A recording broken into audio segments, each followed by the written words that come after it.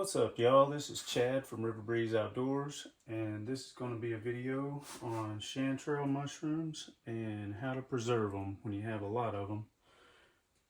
Usually when we pick chanterelles, we have a lot of them. They tend to be prolific fruiters, and as you can see, we got some nice ones here, probably about 3 pounds, 3.5 pounds, and they are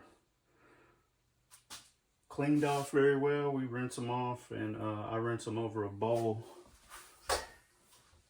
this bowl right here, so that I can catch the water, and then I spread it in my yard around oak trees, hopefully to get some to come up. I had chanterelles in my last yard because of that. And anyway, what I'm going to do is cook these down, and the end goal is to have them cooked down to where they release all their juices, and they're going to shrink up to about a third of this size. And then the goal is to have enough water in the pot to cover the mushrooms, and then we're going to set them to the side, let them cool, and dip them into those bags, squeeze all the air out of them, and then freeze them. As long as you keep the air off of them, they will not freeze or burn, but you have to cook them first.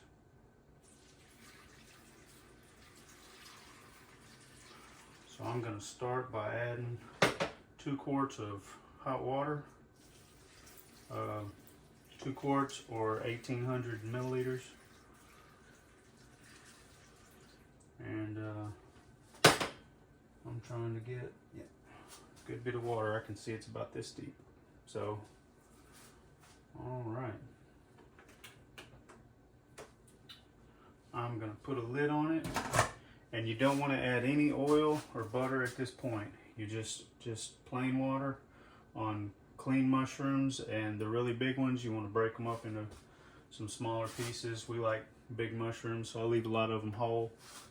These are definitely my family's favorite mushroom, and we like to put them up so we can enjoy them all year. And all right, we're gonna let these heat up, and we're gonna start stirring them down, and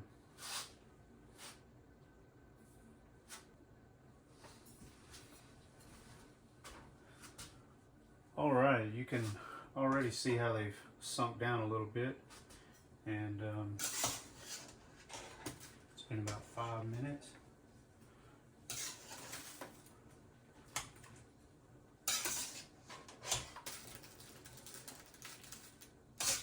I use a spatula to start with because you can get all the way down to the bottom real easy.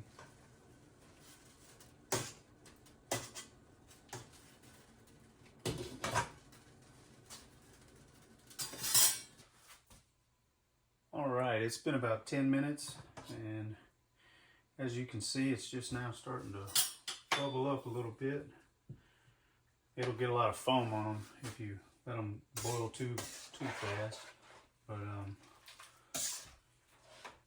that spatula helps you get to the bottom, and that flat end just lets you scrape across the bottom and make sure you're moving everything around. And purpose of this is like what they do with, well, I know they do it with corn. I don't know about other vegetables, but they call it blanching when they do it with corn. And with these chanterelle mushrooms, what you're doing is cooking them down to basically their finished size and texture. They lose a lot of their mass and a lot of their extra fluids, and they get denser and firmer, and that's what gives them such a nice texture.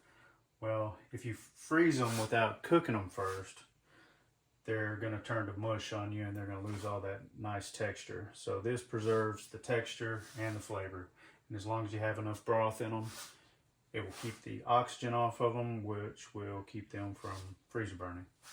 And these things will last up to a year like this, because we eat them all the way until the next season. But it's about 12 minutes in now, but as you can see, this is a big pot. It's a couple of gallons. I'm not sure the exact size, and that's 3.5 pounds of mushrooms too.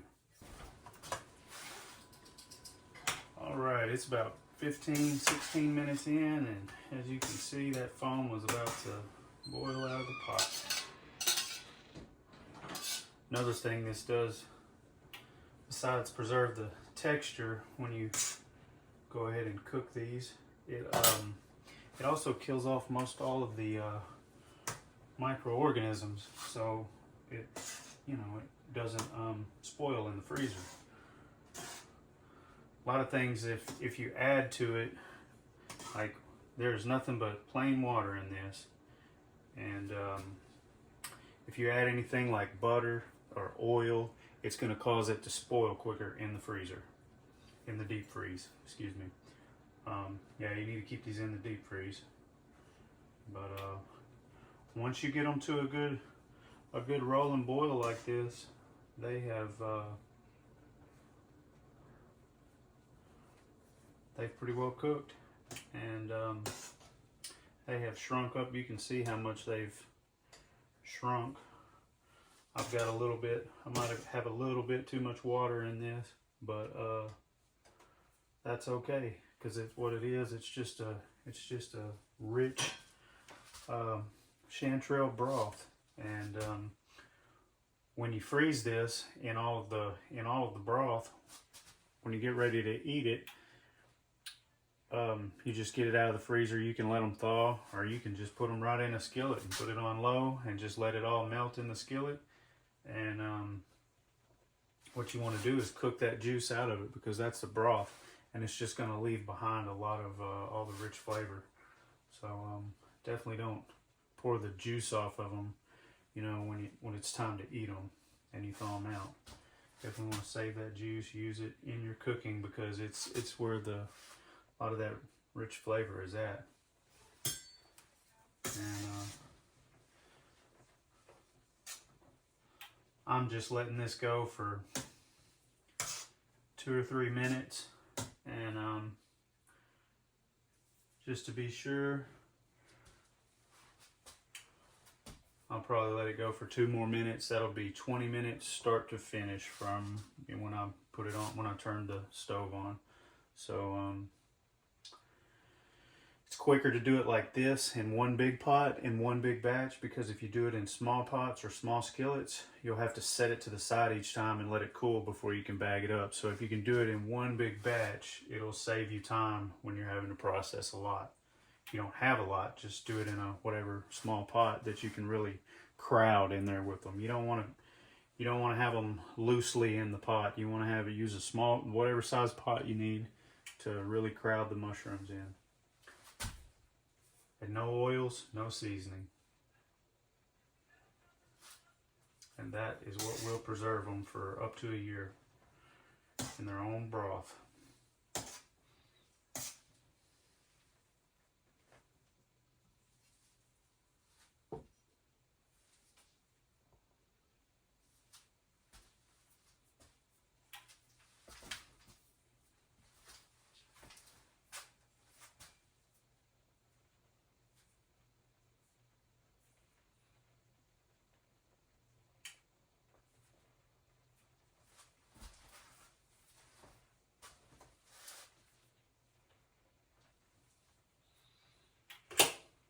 Alright, y'all, that's going to be it. I've let them boil for probably 5 minutes at the most.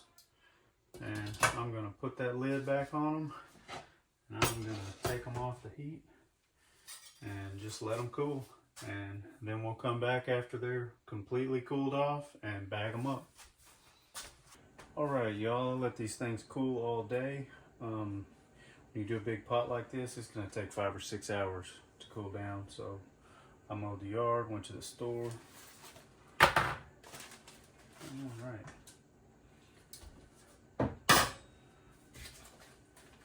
What we're going to do now is our bags. And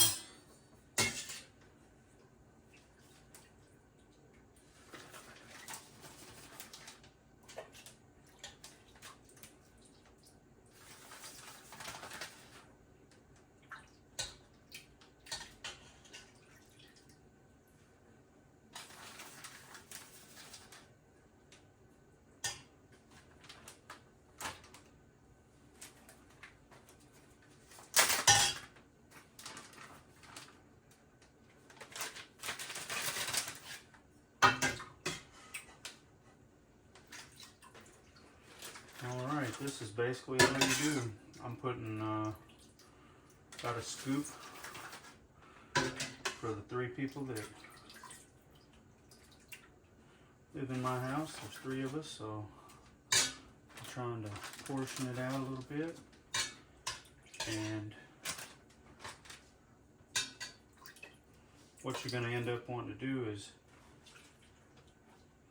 have enough broth in each bag to where you can squeeze out all of the air and your mushrooms be covered up with broth. And I just kind of roll the bag like that to accomplish it. And start at one side, zip it almost to one corner, leave it open just a little bit for air to escape, and roll it on up. Might get a little water to squeeze out, but that's okay, and that pretty much gets all the air out of it. So that is a sealed up amount for my family. And here's another one. Do it real quick, maybe you can see it. Let that water roll up through there like that, and you're going to want to squeeze everything out all the way to that corner. You got little bubbles to get out of there.